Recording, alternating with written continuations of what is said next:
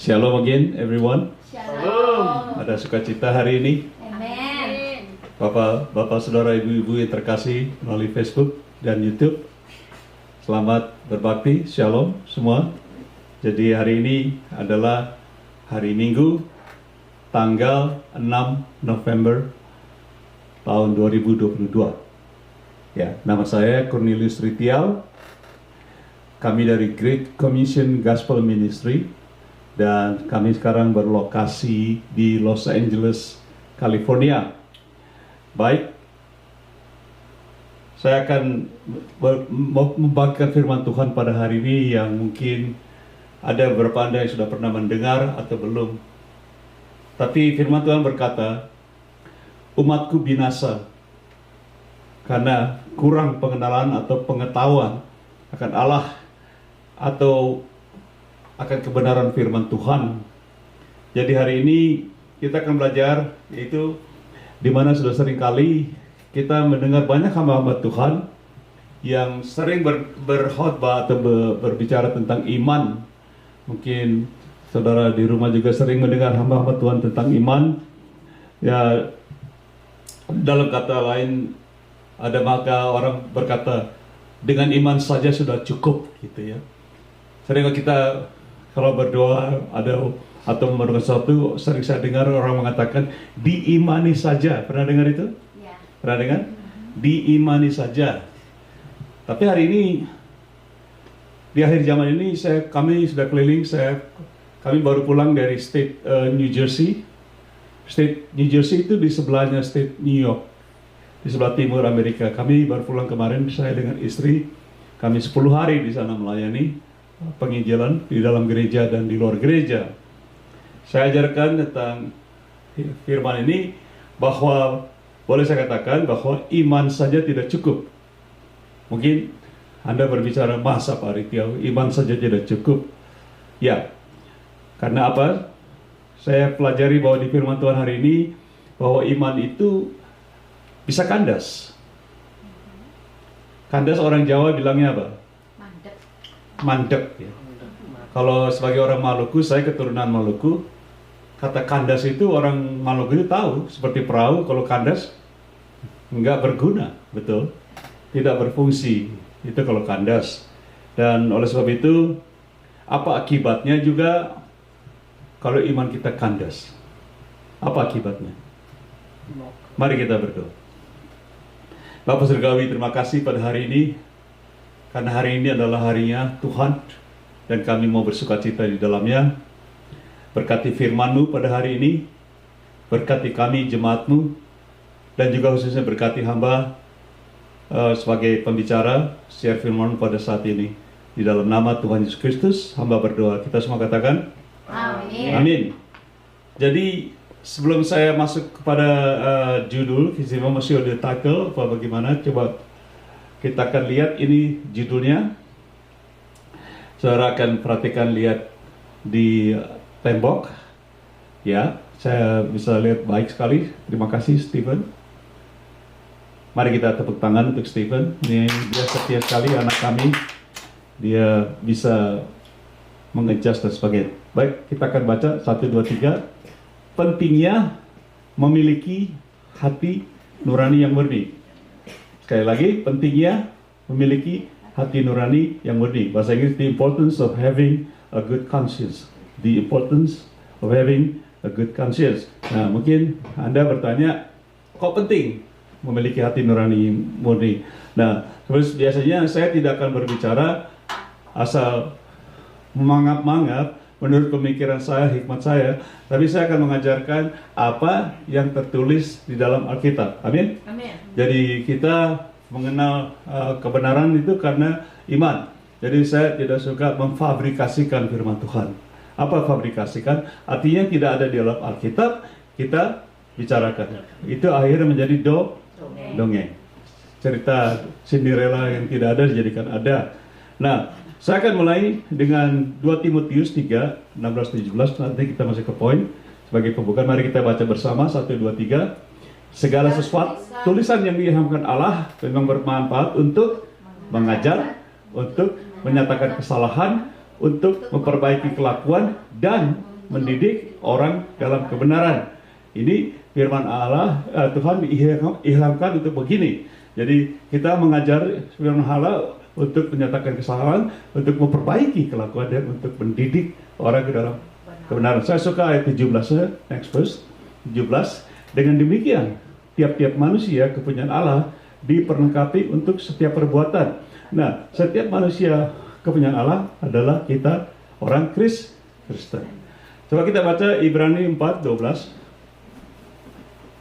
Sebab firman Allah hidup yang kuat dan lebih tajam, katakan lebih tajam daripada pedang bermata dua, manapun ia menusuk amat dalam sampai memisahkan jiwa dan roh, sendi-sendi dan sumsum, ia sanggup membedakan pertimbangan dan pikiran hati manusia. Jadi itulah firman Tuhan. Jadi dengan mengatakan itu, mari kita masuk ke dalam poin nomor 1, poin number 1. Kita akan baca Allah yang menyelidiki hati nurani kita. Sekali lagi, Allah yang menyelidiki hati nurani kita. Betul. Allah mengenal hati kita. Allah mengetahui hati kita. Tapi di sini dikatakan Allah menyelidiki bukan hanya hati, tapi apa? Hati nurani yang paling dalam diselidiki oleh Allah ketika kita berdoa. Coba baca Roma 26 dan 27. Demikian juga roh, yaitu Roh Kudus, membantu kita dalam kelemahan kita, sebab kita tidak tahu bagaimana sebenarnya harus berdoa, tetapi roh, itu Roh Kudus sendiri berdoa untuk kita, luar biasa ya, kepada Allah dengan keluhan-keluhan tidak terucapkan. 27, next, baca keras. Dan Allah yang apa? Menyelidiki apa? Hati nurani, mengetahui maksud roh itu, yaitu bahwa ia sesuai dengan kehendak Allah berdoa untuk orang-orang kudus. Jadi di sini dan Allah yang menyelidiki hati nurani. Nah ini saya kalau diselidiki hati nurani saya juga mungkin saya gemetar tidak? Gemetar. Bukan hanya hati tapi hati nurani. Nanti kita pelajari bahwa hati nurani ini juga agak repot gitu. Ada yang baik dan juga ada yang buruk. Poin kedua dikatakan jangan sampai iman kita kandas. Don't let our faith suffer a shipwreck. Ini dikatakan oleh Rasul Paulus. Coba kita baca 1 Timotius. Dikatakan, tugas ini kuberikan kepadamu Timotius anakku, sesuai dengan apa yang telah dibuatkan tentang dirimu, supaya dikuatkan oleh nubuat itu dan kau memperjuangkan, katakan perjuangan yang baik dengan iman dan hati nurani yang murni. Jadi menurut ayat ini perjuangan bukan hanya dengan iman saja, tetapi dan hati nurani yang murni. Jadi jelas sekali sampai di sini kita belajar bahwa hati nurani itu bekerja sama dengan iman. Harus bekerja sama. Kalau katakan dalam hidup kita sebagai orang Kristen itu, iman itu bergandengan tangan dengan hati nurani yang murni. Jadi keduanya ini harus berpaduan. Karena yang satu lemah, yang satu rusak. Hati nurani. Harus berpaduan. Coba kita baca 1 Timotius pasal 19 ya. Next. Beberapa orang telah menolak, katakan menolak, hati nuraninya yang murni itu, dan karena itu kandaslah iman mereka. Katakan kandaslah, kandas. Having faith and good conscience, which some having rejected concerning the faith have suffered shipwreck. Iman dan hati nurani kita belajar hari ini. Oke. Nah, jadi saudaraku, bukan saya mengatakan. Rasul Paulus, kita kenal Rasul Paulus ya Pak ya. Dia katakan, kalau Anda dan saya, kita punya hati nurani tidak murni, akhirnya imannya tidak berfungsi, betul? Nah, saya akan ajarkan poin ketiga, next point. Apa akibatnya kalau iman kita kandas atau tidak berfungsi? What happens if our faith suffer shipwreck or not functioning? Ada tidak akibatnya? Ada akibatnya. Akibatnya apa? Mau tahu? Oh ya, Pak Rito, saya ingin tahu apa akibatnya kalau iman kita kandas, tidak berfungsi sama sekali. Oke, shipwreck. Ada akibatnya. Saya akan bacakan beberapa ayat. Kita mulai dengan 1 Yohanes 5 ayat 4. Sebab Semua yang lahir dari Allah mengalahkan dunia. Dan inilah kemenangan yang mengalahkan dunia. Apa? Iman kita. Apa yang mengalahkan dunia? Iman kita. Saudara bayangkan, kita hidup dalam dunia ini, karena saudara tahu kalau di surga kita tidak perlu iman lagi kan? Tahu ya? Karena iman itu adalah dasar dari segala yang kita harapkan dan bukti dari yang kita lihat. Jadi kalau kita sudah ketemu dengan Tuhan Yesus muka dengan muka, tidak perlu iman, betul? Jadi sementara kita ada di bumi, di sini dikatakan bahwa iman mengalahkan dunia, bukan mengalahkan surga. Halo, iman mengalahkan dunia. Saudara bayangkan, kalau kita tidak, iman kita tidak berfungsi, kita sebagai orang Kristen kalah, betul? Walaupun kita sudah pengalaman sekolah tinggi, tahu baca Alkitab dari Kejadian sampai Wahyu bolak-balik, tetapi kalau iman kita, hati nurani kita tidak murni, iman kita kandas, maka tidak ada gunanya. Ibrani 11 ayat 6a. Tetapi tanpa iman tidak mungkin orang berkenan pada Allah. Katakan tidak mungkin. Jadi di sini kita lihat, Bapak Ibu Saudaraku, bahwa tanpa iman, walaupun kita dalam situasi beribadah, dalam situasi kita berdoa, betul, dalam situasi kita melayani Tuhan, tapi iman kita tidak berfungsi. Betul? Dikatakan apa? Tidak mungkin kita berkenan. Berkenan artinya ya kita tidak layak lah. Artinya kalau dalam forum ibadah, misalnya kita masuk ibadah hari Minggu hari apa, tapi iman kita tidak berfungsi. Berarti ibadah kita tidak berkenan. Jadi menurut Tuhan Yesus, kalau iman kita tidak tidak berfungsi, ibadah kita adalah sia-sia. Karena tanpa iman tidak berkenan, kita tidak berkenan bagi Allah. Amin. Roma 14:23 ini Paulus lebih tegas lagi kita baca. Dan segala sesuatu yang tidak berdasarkan iman adalah dosa. Jadi saudaraku, Paulus mengerti apa itu memiliki hati nurani yang murni. Nanti kita lihat bagaimana dia melayani Tuhan. Dan di sini dikatakan segala sesuatu di luar iman yang kita lakukan, kita berdosa. Boleh katakan, saya tambahkan, walaupun kita beribadah, walaupun kita melayani Tuhan atau berdoa dan sebagainya, tapi iman kita kandas karena hati nurani kita tidak murni. Jadi Paulus katakan, kalau kamu lakukan itu di luar iman, kita berdosa. Boleh dikatakan, kalau semakin kita beribadah, iman kita tidak berfungsi, semakin kita ibadah, semakin kita berdosa. Waduh, sedih juga ya. Padahal kita mau berdoa Tuhan, mau beribadah Tuhan, tapi iman kita kandas. Bukannya kita menyembah Tuhan, diterima, malah iman kita, iman tidak berkenan. Sekarang Paulus katakan, malah kita berdosa. Wow. Akhir kali saya katakan, saya tidak menganggap-anggap. Kita baca apa yang katakan firman. Saya suka mengajar begitu dan tertulis. Jadi saudara perhatikan sendiri baca. Dan kita baca 1 Timotius pasal 1 ayat 3. Aku, ya ini Rasul Paulus, kesaksiannya Rasul Paulus. Aku yang tadinya seorang penghujat dan seorang penganiaya dan seorang ganas, tetapi aku telah dikasihaninya. Amin. Karena semuanya itu telah, baca keras, kulakukan tanpa pengetahuan, yaitu apa? Di luar iman. Di luar iman. Nah, Paulus mengaku waktu dia jahat, kita tahu dia membunuh orang Kristen, Stefanus dan sebagainya. Dia kata, aku tanpa pengetahuan tentang Allah, dan tadi saya katakan, umatku binasa di luar pengenalan ya. Jadi Paulus bukan hanya itu, dia katakan, semua itu aku lakukan di luar iman. Iman kepada siapa? Tuhan Yesus. Jadi menurut artinya begini, segala sesuatu dalam hidup kita ini, kalau kita lakukan di luar iman, kita punya potensi untuk berbuat jahat, betul? Karena kita lahir dengan itu. Saya bisa tanya kalian, bapak-bapak di rumah, di mana saja, di hotel, di penjara, di mana saja. Boleh saya tanya jujur ya, kapan terakhir kita ingat kita tidak menipu? Ingat? Terakhir kita tidak menipu, ingat? Saya pernah tanya di dalam gereja banyak penipu tidak? Iya. Karena firman Tuhan mengatakan, kita dengar firman Tuhan, kita pulang, kita tidak lakukan firman Tuhan itu, dan kita menipu diri kita sendiri. Jadi banyak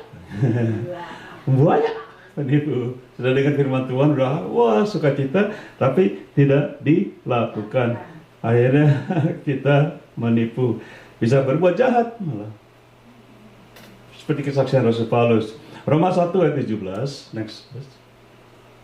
Sebab di dalamnya nyata kebenaran Allah yang bertolak dari iman dan memimpin kepada iman. Baca yang keras. Seperti ada tertulis, orang benar akan hidup oleh iman. Jadi di sini jelas sekali dikatakan oleh Rasul Paulus kepada jemaat di Roma, orang benar akan hidup oleh iman. Saudara bayangkan iman kita kandas, nggak berfungsi. Apa artinya? Kita hidup tidak menjadi orang benar. Karena orang benar hidup hanya dengan iman. Kalau kita iman tidak berfungsi, berarti kita bukan orang benar, betul ya? Make sense? Gampang aja kan? Tidak usah seorang muter-muter khotbah. Saya kasih tahu, kalau iman Anda dan saya tidak berfungsi, berarti kita hidup bukan orang benar. Amin? Amin. Tepuk tangan dong buat Tuhan. Poin nomor 4 yang saya janjikan tadi dikatakan melayani dan hidup dengan hati nurani yang murni. Melayani dan hidup dengan hati nurani. Loh, ada Pak di Alkitab? Ada. Bukan kita melayani dengan iman? Ada. Bukan kita melayani dengan teologika kita, saya doktor, THH, PHN, segala macam, sekolah tinggi, apa. Apakah itu tidak cukup? Kita akan perhatikan apa yang Rasul Paulus katakan, bukan saya. Oke, mau baca ayatnya 2 Timotius 1 ayat 3a saja. Ini Rasul Paulus mengatakan pada Timotius, aku mengucap syukur kepada Allah yang kulayani dengan apa? Hati nurani yang murni. Nah, ini Rasul Paulus, dia mengakui, aku bersyukur pada Tuhan yang kulayani dengan apa? Hati nurani yang murni. Karena dia tahu, kalau hati nuraniku tidak murni, pelayananku tidak layak, tidak berfungsi, tidak hati apa-apa. Ngerti?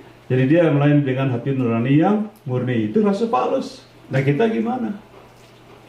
Oke, Kisah Para Rasul 24:16 ini juga dikatakan, baca, sebab itu Rasul Paulus, aku kapan senantiasa berusaha untuk hidup dengan hati nurani yang murni di hadapan Allah dan manusia.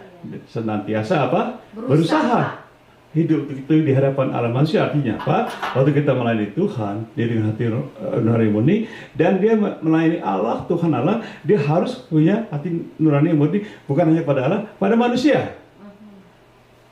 Nanti kita lihat ayat berikutnya. Karena Paulus tidak suka menipu. Halo? Amin. Tidak suka dia menyesatkan orang. Amin? Apalagi Rasul Paulus tuh, boleh kata kalau udah kasih ngomong tuh, dia keras juga sebetulnya. Dan dia tidak mau di hadapan Allah sampai hati nuraninya tidak murni. Betul? Dia bilang kan? Betul? Kita boleh. Dan juga di hadapan manusia. Nah, ini penting juga. Betul? Jadi kita juga, apalagi sebagai hamba Tuhan, jangan asal kita berdiri di mimbar, manggap-manggap doang, kita ngomong yang dongeng, tidak ada apa-apa isinya. Ya, orang berpikir, ini khotbahnya apa gitu. Padahal saudara mendengar satu hamba Tuhan berdoa, berkhotbah, saudara nggak ngerti, ini dia mau ngomong apa. Karena kita tahu sekarang hati nurani tidak murni. Anak saya pernah berkhotbah ini tentang judulnya Missing the Goal. Paulus tuliskan, karena mereka ini melayani bukan untuk murni dalam Tuhan, mereka melayani untuk apa? Perut mereka. Aib mereka itu perut mereka.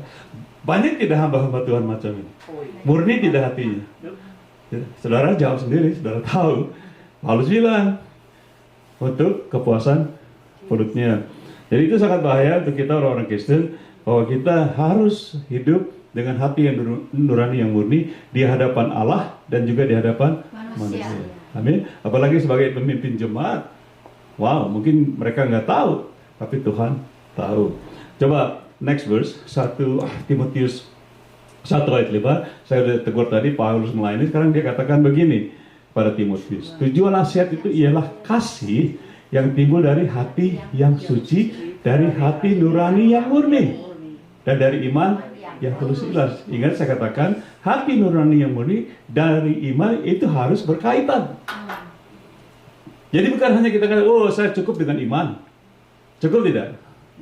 No, right? Harus hati nurani juga murni. Paulus bilang di sini kan, Aku penasaran kalau dia jadi ngomongnya, orang Jakarta bilang dia ngomongnya tidak somplak. Gitu ya. Asal keluar pikir, bukan saya menuding, saya suka bicara ini. Saya perhatikan, saya dengar banyak hamba Tuhan ngomongnya itu dari pikiran. Oh nanti kasih ayat-ayat yang aja, oh keluar dari pikiran, keluar aja begitu. Nah kita duduk, dia mau ngomong apa? Dia mau ngajar apa? Dan juga keluar dari mulut, dari pikiran, bukan dari hati yang murni. Ada lagi sebagai negor-negor gitu ya. Tapi kita lihat nih, kok nggak make sense gitu bahasa Inggris katanya, tidak masuk di akal. Saya bukan menuduh sekali lagi Bapak, karena Rasul Paulus mengajar tidak begitu. Kalau kasih nasihat atau pengajar, saya juga dalam dunia konseling sekarang. Saya juga di dunia apologetik saya sekarang. Jadi saya kalau ngomong tegas tegur gitu. Orang nanya saya jawab tegas. Kadang-kadang tersinggung juga gitu. Nggak sekali tahu saya jawab. Saya jawab pertanyaan kamu. Amin. Nah sekarang mungkin hamba saudara-saudara di rumah atau di mana kita diakon. Tahu diakon ya? Diakon. Nah ada juga nih diakon. Coba kita baca 1 Timotius 3, 8-5. Ini para diakon, demikian juga diakon. Katakan haruslah orang terhormat. Jangan lidah seperti ular gitu kan. Ya kan yang bercabang lidah kan ular ya. Jangan penggemar anggur. Jangan serakah. Saudara bayangkan, ini diakon ini dia gemar anggur, pasti kalau dia berkhotbah jemaatnya minum anggur semua kira-kira gitu. Saya taruh anggur sih, ayo kita penggemar diajak, ayo, minum anggur nggak apa-apa kok, bukan minum, penggemar anggur nggak apa-apa. Nanti khotbah dia lupa dia bawa sebotol anggur, bagi dong gitu. Next verse 9, katakan, melainkan orang yang apa? Memelihara rahasia iman dalam hati nurani yang suci. Ada murni suci. Dia pelihara itu iman, rahasia iman dalam hati yang murni atau suci. Amin. Itu diakon. Saudara diakon, nanti kita akan berdoa untuk menyelesaikan hal ini, oke? Jadi bahaya sekali ya. Kenapa kita punya hati nurani harus murni? Karena Tuhan Yesus mati untuk ini. Benar Pak, bukankah Tuhan Yesus mati hanya untuk dosa kita masuk surga? Betul, saya tidak bilang itu salah. Tapi Tuhan Yesus juga mati di kayu salib untuk membersihkan hati nurani kita yang kurang murni. Jadi poin nomor 5, hati nurani yang disucikan untuk beribadah kepada Allah. Sekali lagi, hati nurani yang disucikan untuk beribadah pada Allah. Dalam arti kata, kalau hati nurani kita tidak murni, ibadah kita tidak sah. Oke, kita baca Ibrani 9 ayat 11. Next verse, Ibrani 9. Betapa lebihnya darah Kristus yang oleh roh itu Roh Kudus yang kekal telah mempersembahkan dirinya sendiri kepada Allah sebagai persembahan yang tak bercacat, baca yang keras, akan menyucikan hati nurani kita dari perbuatan-perbuatan yang sia-sia, supaya kita dapat beribadah kepada Allah yang hidup. Amin. Tepuk tangan dong, Tuhan Yesus mati begini. Dalam arti kata, kalau hati nurani kita belum dibersihkan oleh darah Yesus, kan dimulaikan darah, jadi kan darah Kristus kan, yang mempersembahkan untuk menyucikan hati nurani kita. Berarti iman saja tidak cukup. Betul? Untuk apa? Beribadah kepada Allah yang hidup. Jadi berarti kalau saya katakan, kalau iman hati nurani kita tidak murni, ibadah kita tidak berkenan. Bahkan ditolak mungkin. Bayangkan kita sudah setengah mati, datang pagi-pagi mandi di rumah, siap-siap ibadah, ada yang 2 jam, ada yang 1 jam, 3 jam, Tuhan balik muka. Kenapa Tuhan balik muka? Karena dia mengkeker hati nurani kita. Kan Tuhan tidak melihat penampilan yang ganteng kan, baju jas, dia lihat. Istri saya udah mau bilang saya ganteng, enggak, saya nggak mau bilang itu. Jadi dia melihat hati nurani waktu kita beribadah. Amin. Nah, kenapa Tuhan Hebrew 10:22, Ibrani next verse Stephen? Karena itu ini apa penulis Ibrani mengajak kita, marilah kita menghadap Allah dengan apa? Hati yang tulus ikhlas dan keyakinan iman. Disebut lagi, hati tulus dan keyakinan iman yang teguh, oleh karena hati kita telah dibersihkan dari hati nurani yang jahat dan tubuh kita telah dibasuh dengan air yang murni. Itu firman Tuhan. Jadi Tuhan Yesus mati di kayu salib dengan darahnya. Kita punya hati nurani yang jahat dibersihkan. Saudara bayangkan hati nurani kita yang jahat, kita nggak sadar masih dalam ini ya, kita bawa untuk beribadah. Kira-kira Tuhan gimana? Aku datang bukan mencari orang benar, tapi orang yang berdosa supaya mereka Tobat. Nah kita udah tahu, saya tanya tadi kapan saudara ingat tidak menipu, gitu. Itu kan lulus aja ya, udah otomatis gitu ya, membela diri apalagi. Kamu yang itu, bukan, dia nunjuk jari orangnya. Jadi dosa menipu ditutup dengan nipu lagi gitu. Bukan apa, saya hanya kasih ilustrasi aja.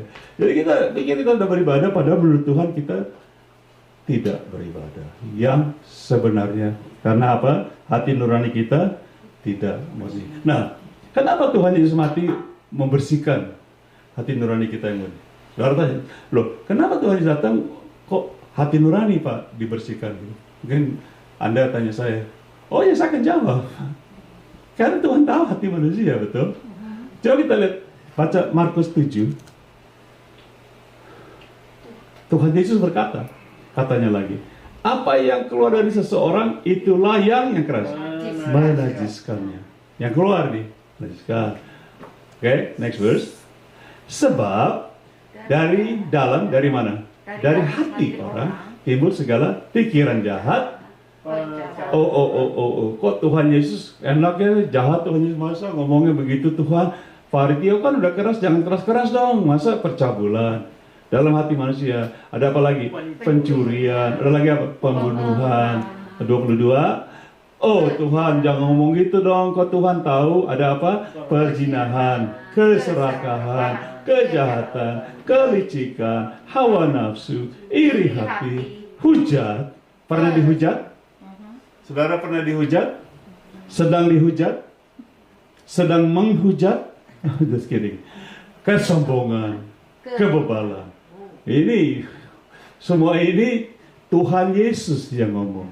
Di mana? Di dalam hati manusia. Kalau keluar tindakan ini menajiskan. 23 Stephen.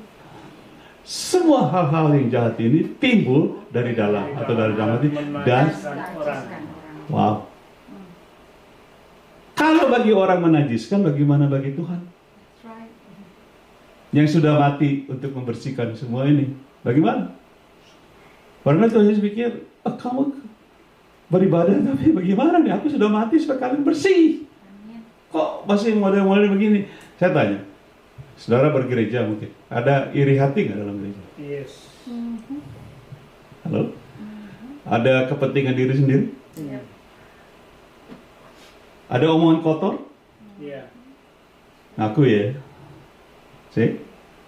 Bagaimana Tuhan lihat? Kita sudah mati untuk ini semua. Makanya saya katakan berulang kali, ibadah kita tidak berkenan karena iman kita mandek. Ini ada contoh tentang hati, tentang ibadah, disuruh pulang. Next verse, Matthew 5:23. Ini lucu.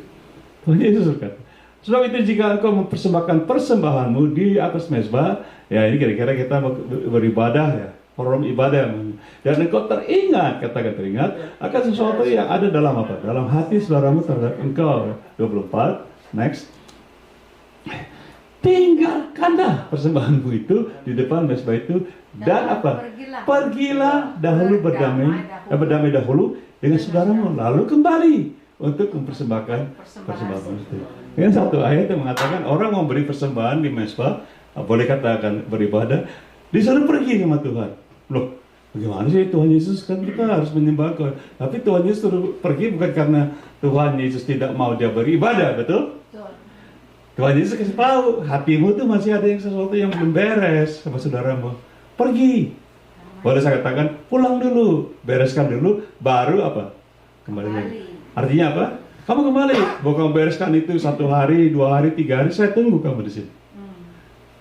Amin? Ngerti nggak deh? Udah kita kembali lagi. Mungkin kembalinya bisa 1 jam kemudian, 2 jam, 2 hari kemudian, 3 hari. Tuhannya, aku tungguin kamu datang. Tapi kamu datang, hatinya harus beres.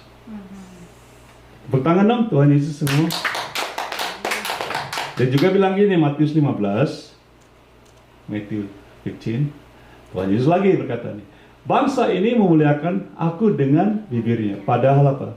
Hatinya jauh daripada. 9.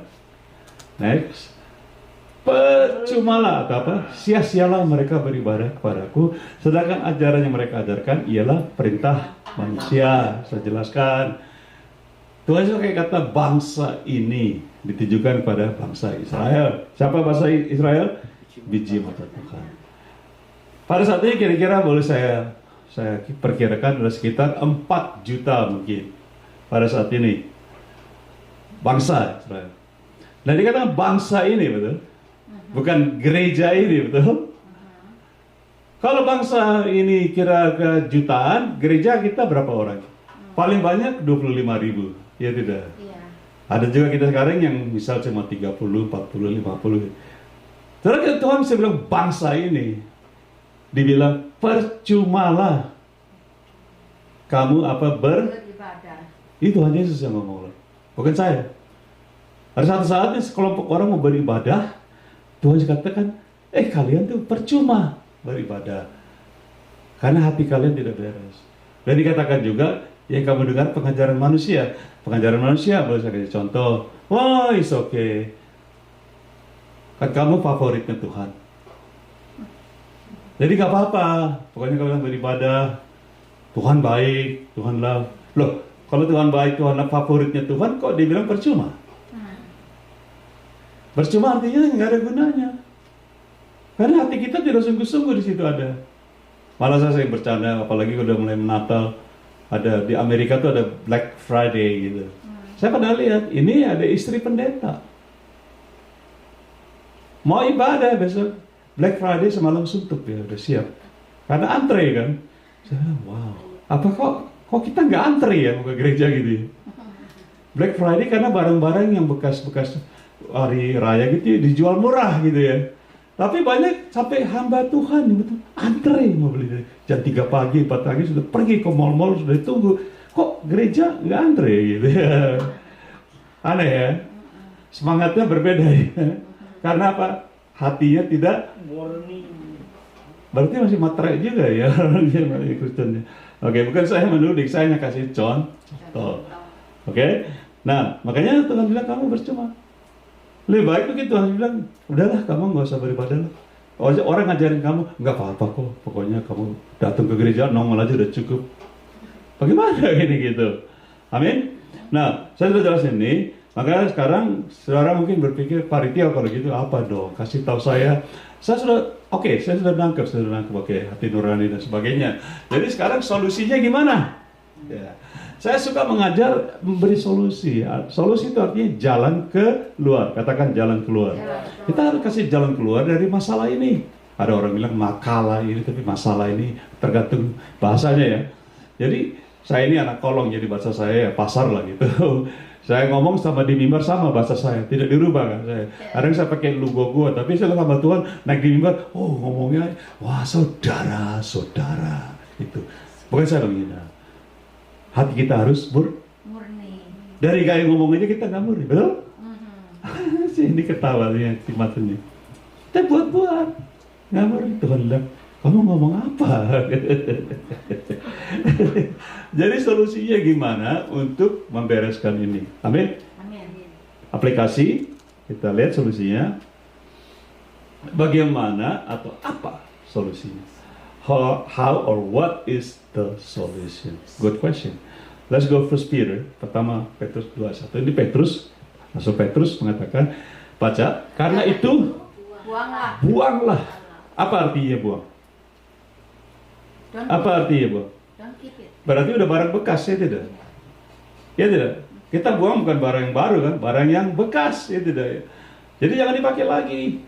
Ini udah usang. Saya pernah dengar istri saya bilang, ada orang itu zaman dulu kita gitu. Istri saya sering di mana saya lupa. Itu mah kita zaman dulu, kita sekarang udah baru, betul? Kalau kita bertobat, diperbaharui, kamu yang lama sudah hilang. Tapi kita banyak anak Tuhan masih pakai yang lama. Makanya istri saya tegur, itu udah zaman dulu punya itu. Saya kasih contoh, misalnya, bukan saya jahat nih, saya kasih contoh, merokok. Betul? Minum, merokok ya. Ini kita sudah jadi Kristen, kita orang Kristen dulu ibadah dan sebagainya. Bahkan ada yang pendeta, saya tidak tanggung-tanggung. Ada pendeta, kemarin saya dengar nih, kami baru pulang dari New Jersey, dia bilang, Pak Ridya, masih ada orang pendeta, begitu habis khotbah, di luar merokok gitu. Bukan saya larang, menjadi batu sandungan. Berarti gak murni dong. Dia di mimbar berbeda, di luar berbeda gitu. Kan tadi katakan hatinya murni di hadapan Allah dan manusia. Saya udah nggak banyak ngomong nanti Anda marah lagi gitu. Tapi di sini kan buanglah apa segala kata berapa persen kalau segala 100%. Kejahatan, segala tipu muslihat, dan segala macam kemunafikan, kedengkian, dan fitnah. Buang. Saudara pernah difitnah? Sedang difitnah? Sedang memfitnah? Pak, jangan nyinggung saya dong gitu. Ada lagi orang bilang, wah Pak saya difitnah. Saya aja sering khotbah difitnah. Orang itu Bapak khotbahnya begitu tuh keras nyakitin hati. Ya itu kan fitnah, dia tidak. Bukan kan, Pak saya senang dengerin begitu. Bukan berbeda ya. Saya dengar kuping saya sendiri, Pak. Jangan ngomong tentang dosa dong Pak. Gitu. Nggak diundang lagi Pak. Ada itu, adalah gitu. Jadi saya mau fokus dengan segala tipu muslihat. Kenapa saya kata kita harus buang segala tipu muslihat? Kenapa? Kita baca ayat selanjutnya. Mazmur, Stephen, 5, ayat 6. Kata yang baca keras. Engkau membinasakan orang-orang yang berkata bohong. Tuhan, katakan yang keras, jijik. Katakan jijik.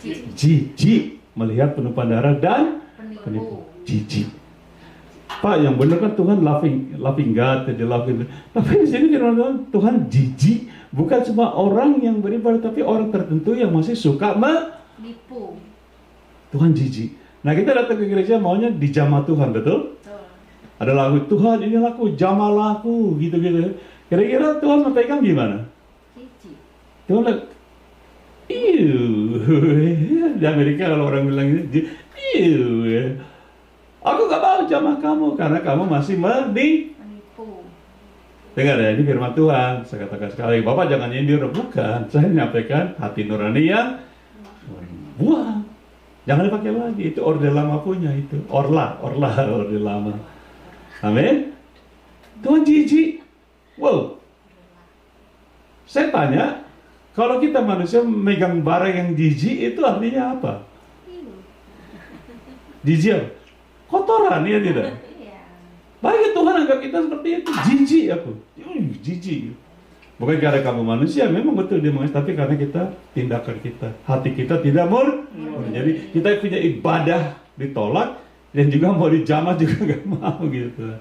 Saudara mau dijamah Tuhan?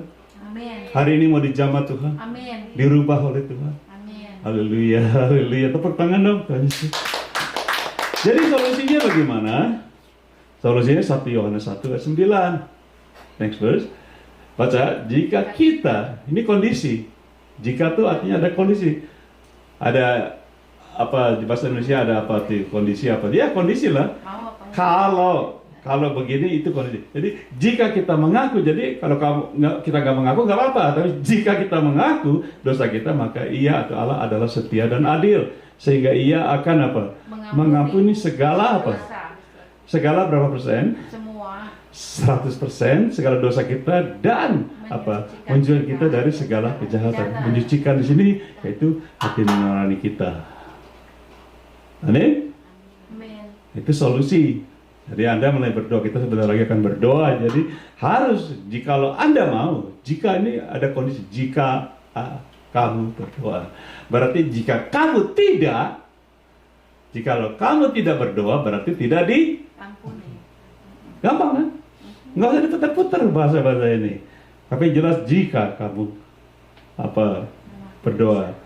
Dan kalau kita sudah berdoa, jangan dibuat lagi. Kenapa dibuat lagi? Karena Tuhan Yesus ngomong begini sama satu orang yang sudah disembuhkan. Next verse. Yohanes 5:14. Kemudian Yesus bertemu dengan dia dalam bait Allah lalu berkata kepadanya, engkau telah sembuh. Baca yang keras. Jangan berbuat dosa lagi supaya padamu jangan terjadi yang lebih buruk. Ini kisah seorang yang dia sudah di kolam Bethesda sudah 38 tahun, air bergoncang, ingat sekolah, dia nggak sempat gitu masuk. Nah, Tuhan Yesus sembuhkan dia gitu. Dan bagus sudah jalan ketemu di rumah ibadah. Berpapasanlah dengan Tuhan. Tuhan ucapkan kata-katanya. Tuhan Yesus yang ngomong. Ya, jangan berbuat dosa lagi supaya padamu jangan terjadi yang lebih. Nah, itulah kita sudah mengaku dosa kita sudah sebagainya. Besok diulang lagi. Lebih baik apa lebih buruk? Lebih buruk dari sebelum kita mengaku dosa. Amin. Jadi tinggal pilihan. Anda mau mengakui dan tidak melakukan lagi apa melakukan? Karena Tuhan Yesus yang ngomong loh ini, bukan saya. Tuhan Yesus yang ngomong. Kalau Tuhan Yesus ngomong dia menipu tidak? Tidak. Kalau Tuhan Yesus ngomong dia bercanda tidak? Tidak. Oh maaf, aku cuma goyonan aja gitu. Kira-kira gitu. Tidak. Coba next verse. Kita lihat ini juga bagus. Jawabnya tidak ada. Nah ini cerita tentang seorang wanita yang terdapatkan sedang melacur. Orang-orang Farisi yang nangkep gitu loh. Berapa orang Israel. Dijawab, Tuhan Yesus tanya, apakah mereka menghukum dan sebagainya? Tidak ada Tuhan. Lalu kata Yesus, aku pun tidak menghukum engkau. Baca, pergilah dan jangan berbuat dosa lagi mulai besok. Sekarang. Mulai kapan? Sekarang. Mulai dari sekarang. Jadi berpapasan, perempuan yang nggak dilempar batu, nggak ada yang lempar batu, bilang, hey, kamu sudah nggak ada yang mulai apa dia kata-kata? Jangan berbuat dosa lagi, mulai dari sekarang. Karena apa? Mungkin Tuhan Yesus katakan, nanti kamu berbuat lagi, aku nggak ada di situ. Kamu dilempar batu. Jadi pilihan siapa itu? Dia sendiri. Mulai sekarang Bapak Ibu, mulai sekarang bukan besok. Karena apa? Mungkin Tuhan Yesus datang malam ini. That's right. Betul? Nggak sempet. Karena saya taruh di postingan di Facebook. Karena satu kali Tuhan datang, kita diadili di hadapan Allah. Masing-masing berdiri masing-masing. Nggak ada jemaat, nggak ada orang tua, nggak ada keluarga. Kita berdiri di hadapan, diadili masing-masing, satu-satu diadili dan ditanya. Amin. Jadi kita jump ke Lukas 18. Kenapa kita harus mempertahankan hati nurani dan iman? Tuhan Yesus ngomong begitu. Tuhan Yesus berkata, akan tetapi jika anak manusia itu datang ke Tuhan Yesus, adakah ia mendapatkan iman di bumi? Simple tidak? Tuhan Yesus datang kapan? Tuhan Yesus datang kapan? Nggak ada yang tahu ya. Kok bengong? Kok nggak bisa bengong tuh? Tuhan Yesus datang tidak ada yang tahu. Iya. Berarti seperti pencuri pada malam hari ini kan, betul? Iya. Firman Tuhan dia datang seperti pencuri. Bukan Tuhan Yesus pencuri, seperti pencuri datang malam hari. Dia tidak tahu mungkin malam ini. Amin. Dia datang malam ini, dia bilang, apakah ku dapati iman? Dia tidak cari berapa besar gereja kita, betul? Dia tidak cari gedung gereja kita yang luar biasa, yang seperti Taib Mahal. Dia tidak cari segala macam. Dia tanya, apakah ku dapati iman? Nah, Petrus katakan, kalau kita orang gereja yang hampir tidak selamat, bagaimana orang berdosa? Yang sama sekali tidak ada iman. Karena pengadilan kepada siapa dulu? Gereja dulu. Tuhan Yesus akan datang, Bapak Ibu. Mungkin malam ini. Dia akan datang. Dia akan tanya, kok Berdapati iman. mana?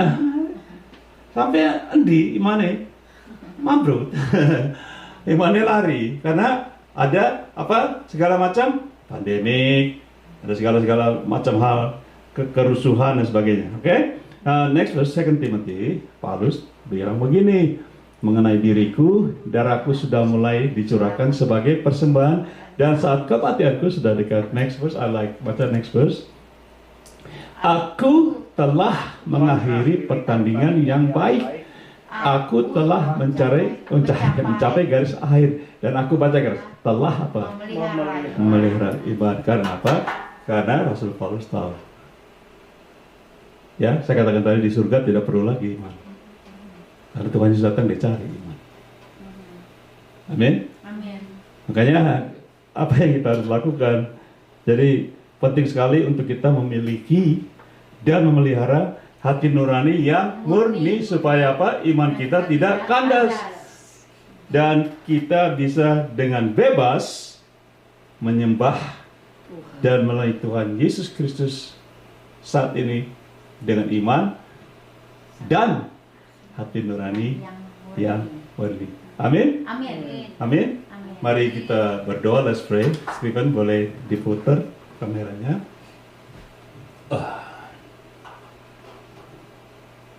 Bapak Ibu, saya tidak tahu kalian ada di mana, di Facebook ini atau di YouTube nanti. Saya hanya mengatakan apa yang dikatakan oleh firman Tuhan. Saya tidak tambah, saya tidak kurang. Kita baca, Anda baca, saya juga baca. Tetapi pertanyaannya, apakah Anda mau dibersihkan dari segala masalah yang Tuhan Yesus katakan tadi, listnya kita tahu segala macam. Mungkin Anda dalam satu suasana, mungkin Anda ada satu suasana yang mungkin Parikio, saya masih punya hawa nafsu dan sebagainya, saya punya kedengkian. Kita orang Indonesia ya, saya orang Indonesia, lahir besar di Indonesia, walaupun kami di Amerika 47 tahun lebih, saya besar di Amerika. Tetap kita orang Indonesia ada masalah, kita katakan, bahasa Jakarta bilang, sampai lo mati, gua nggak lupa sama lo. Pernah dengar itu? Sampai kamu mati pun aku nggak lupa. Padahal sering beribadah, sering berdoa. Ayolah kita akan selesaikan hari ini. Anda berdoa bersama saya, tidak usah, saya berdoa. Katakan, Tuhan Yesus. Saat ini juga, setelah mendengar firman ini, aku mau mengakui segala dosa-dosaku. Karena aku tahu Engkau Allah yang setia, Engkau Allah yang baik. Engkau akan mengampuni aku dari segala kejahatanku. Engkau akan menyucikan aku dari segala dosa-dosaku. Tolong aku Tuhan Yesus. Tolong aku Tuhan Yesus. Aku mau menjadi hamba-Mu. Aku mau melayani-Mu dan berkenan di hadapan-Mu. Juga di hadapan jemaat dan manusia. Terima kasih Tuhan Yesus. Inilah aku. Tolong aku setelah aku berdoa ini Tuhan. Supaya aku tidak akan berbuat lagi dosa yang sama. Karena Tuhan Yesus Kau katakan supaya tidak terjadi yang lebih buruk lagi dalam hidupku. Terima kasih Tuhan Yesus. Kalau saudara belum pernah mengenal Tuhan Yesus, saudara berdoa seperti saya, Tuhan Yesus, aku membuka hatiku dan menerima Engkau sebagai Tuhan dan Juru Selamatku. Ampunilah aku dari segala dosa-dosaku. Rubah hidupku menjadi sesuai dengan kehendak-Mu. Jadilah Raja dalam hidupku. Dalam nama-Mu aku berdoa. Haleluya. Haleluya. Amin. Mari kita selesaikan. Kiranya kasih Bapa, kasih yang kekal, kasih yang agape, kasih yang tidak pernah berubah, dan juga seluruh anugerah Tuhan Yesus, Juru Selamat kita, penebus dosa-dosa kita, kekasih jiwa kita, dan persekutuan, dan bahkan kekuatan melalui Roh Kudus-Nya menyertai kita dan tinggal di dalam kita dari saat ini sampai Tuhan Yesus datang kembali, dan Dia akan menemukan iman dalam hidupku. Di dalam nama Tuhan Yesus Kristus. Semua katakan Amin. God bless you. Terima kasih. Selamat beribadah selanjutnya, dan selamat menyelami hari Minggu depan ini dengan cinta kasih Tuhan Yesus dan iman hati nurani yang murni. Haleluya. Amin. Terima kasih. God bless you.